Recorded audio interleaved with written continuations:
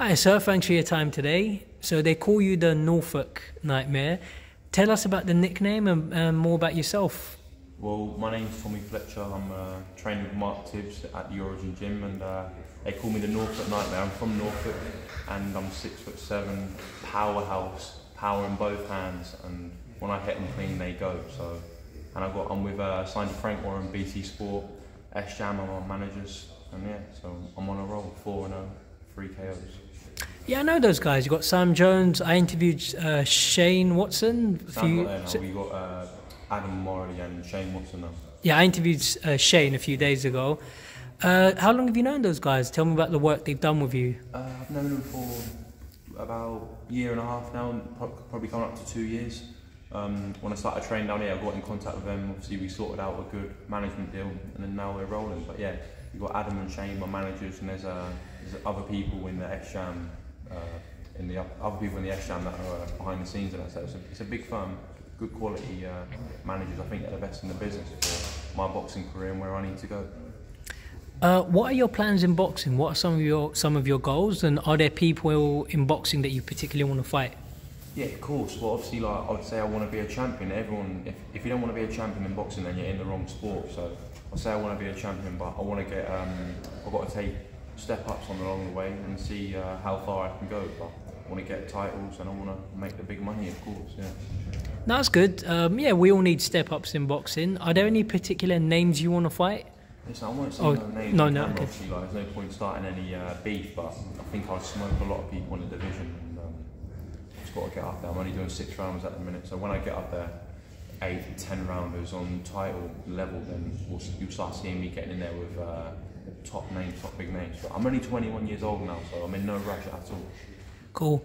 It's not that I'm not trying to put any pressure on you or words in your mouth. Something I think fighters should do, you should mention people that you want to fight in a respectful way. So for me, I've sparred a lot of people. So let's just say, okay, if I mentioned, okay, I've got Johnny Fisher agreed to spar me. Yeah. Long term, in British boxing, okay, I'll give you an example. I've known Eddie Hearn for years. I would love to spar Eddie Hearn on camera. Yeah. He's willing to do it at some point. Yeah. That's something I've talked about, and the reason I've done videos talking about it, it creates momentum. Yeah. People are aware of it. So something I think fighters should do, if you mention other fighters you want to fight respectfully, and even if you go up to them and just say, it's nice to meet you, I think you're a good fighter, and I think it will be great to fight you eventually. Yeah, of course. Yeah. I'll fight anyone in this cruiserweight division. Everyone knows that. I'll fight absolutely anyone, you know. If the terms are right, money's right, I'll fight them. But the thing is, you know, I'm still, I'll say I'm in my learning phase in my career right now. I've just started doing 6 rounds, I'm my first 6 rounder, so I've still got a long way to go. There's no point in me saying, oh yeah, I'll fight this guy, he's world champion, blah blah blah, when I'm doing 6 rounders, because it's like, it's unrealistic. It's unrealistic, it's pointless. But you know what, I think my boxing skill and my power, I believe I can beat these top boys, and there's no shadow of doubt I'll be up there and I'll smash them. No, that's right. A conversation for another time, no problem. Yeah. So when you say the money's right, how does a fighter build their income in boxing? How do you get to the bigger purses? Oh, I believe if you beat the names that are in front of you and then you stepping up, obviously the money's got to increase, hasn't it, in time. So there's no point. You're not going to fight for a, I don't know. You're not going to fight for the British title for the same money that you're going to have on your debut, are you? So of course not. When you're fighting a top name, if it's got a big draw, so say like, for instance, Anthony Joshua versus Tyson Fury, that's going to be a big draw. They're going to do a lot of ticket sales, a lot of online buys. It's going to make a lot more money, so of course their purses are going to increase something. 100%. Yeah. Do you think a lot of fighters know how to build their personalities? I'll give you a quick example. The problem with people like Coogan and so on, I think Coogan's interviewed you before. I think so. IFL? IFL, yeah. And I'm specifically with Coogan, but yeah, IFL, I've been on a few times, yeah. Okay, I was talking about this the other day. I've got a lot of respect for everyone in boxing. No one's a rival to me, nothing like that. The problem with people like Coogan, Michelle and so on, because they're constantly around boxing, these guys are hardcore boxing people.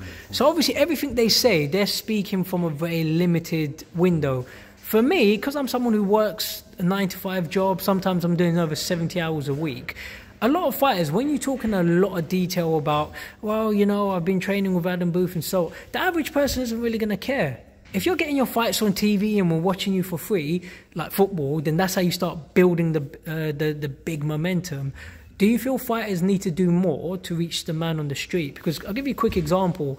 Back in the day, I mean, I'm 32 now, but Chris Eubank and Nigel Benn, these guys they were massive there's no way people wouldn't know who them, Nassim Hamed, Frank, but there's no way people wouldn't know who they are. But these days, if Usyk walked around the streets of London, what, are people going to know him?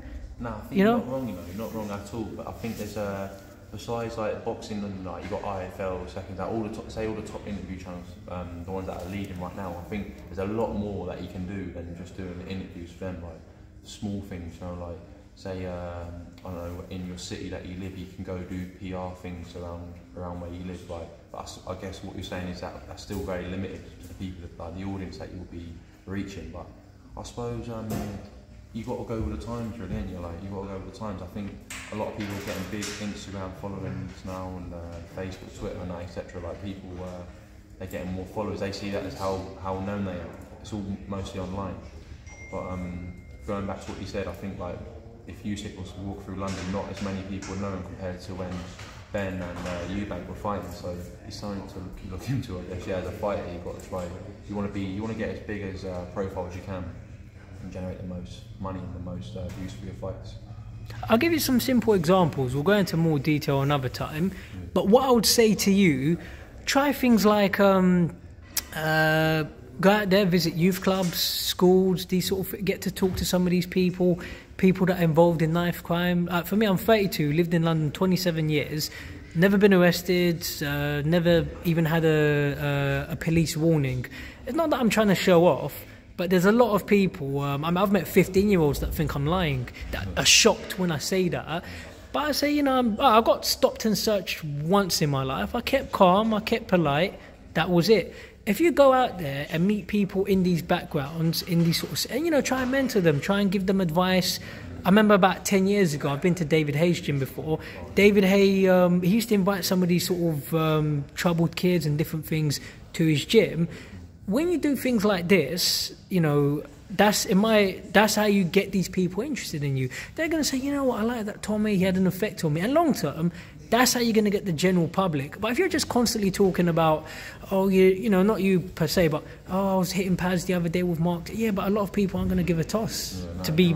They don't even watch boxing anyway. But if you're getting out there and they've met you, you're physically very massive. I think a lot of young people would be interested to talk to someone. Like, if you start doing things like that, if you're a promoter, people like this can help. I'll help with this as well. Do things like that, and that's how you start building outside of boxing.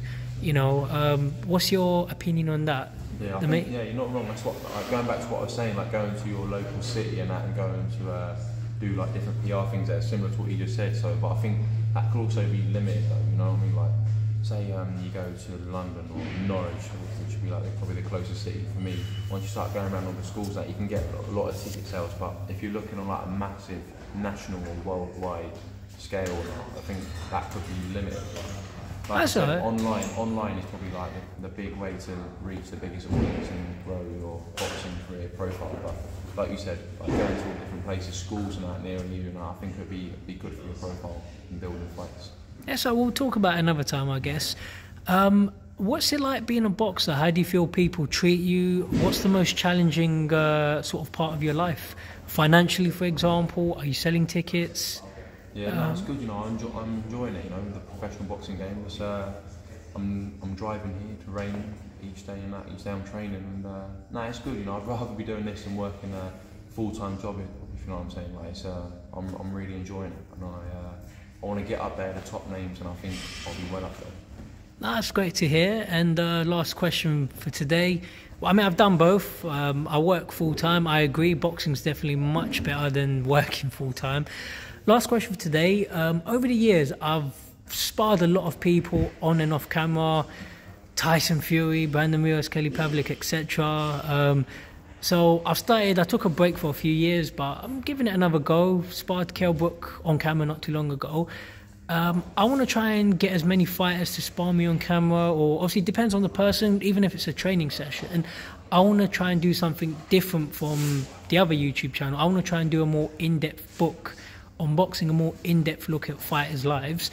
What advice can you give me in terms of getting fighters to spar me? And is this something you think can work?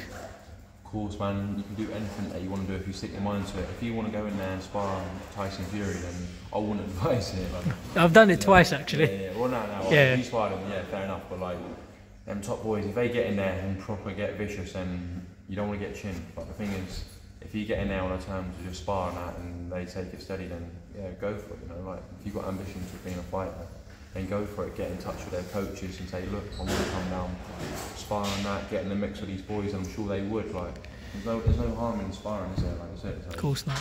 But yeah, you know, the possibilities are endless. So if you want to be a fighter, get stuck into it. You know, start training, start taking it very seriously, and like I say, go get in the mix. Maybe start off just sparring a few low-level people, like Exactly. a few amateurs that have had, or even like a couple of white collars. Like, no disrespect, just spar a few of them, get your feet with it, and then once you get a bit of confidence and a bit of momentum, then get in touch with them.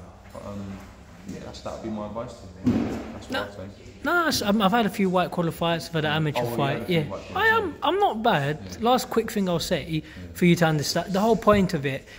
It's nothing silly or bravado, but it gives, the whole reason I started doing it, it gives people a realistic understanding of what it's like for basically a man off the street to get in there with someone. I know people in boxing, they don't box.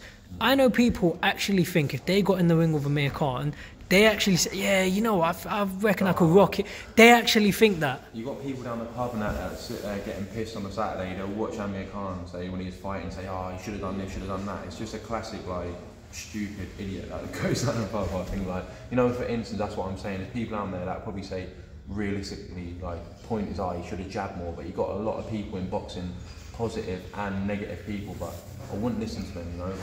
But like you say, if you get in there and show what it's like for the normal person of the street, like you said, to spar these people, you can give them an insight to what it's like. And last very, very quick thing I'll say. The thing, when they say, and it's the same with the media, they'll say a lot of things, oh, he should have jabbed more. Thing is, I've had fights, I've sparred a lot of people. Fighters need to stand up to these media and say, but when they say you should jab more, like when I sparred Kell Brook, yeah, but you say I should have jabbed, I could not hit him clean in the face. I landed one lucky shot. But the thing, you're not gonna like take you. Yeah, I don't mind sparring if you're willing to have a light move around. But when they say I should jab you more, but you're not gonna stand there and let me jab you. No, if I try to jab you, you're gonna see it coming. So it's not. I can't just.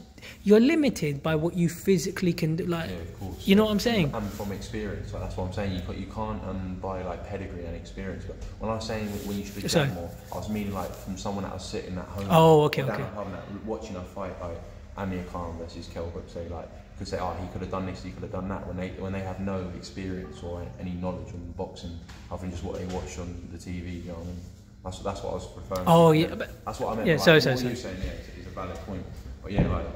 You can say you got in there when you say, oh, you should have jabbed more. If you physically can't, because he's experienced. Like you can't just jump into boxing and just become a professional out of nowhere. You know, it takes a lot of training and dedication and even talent.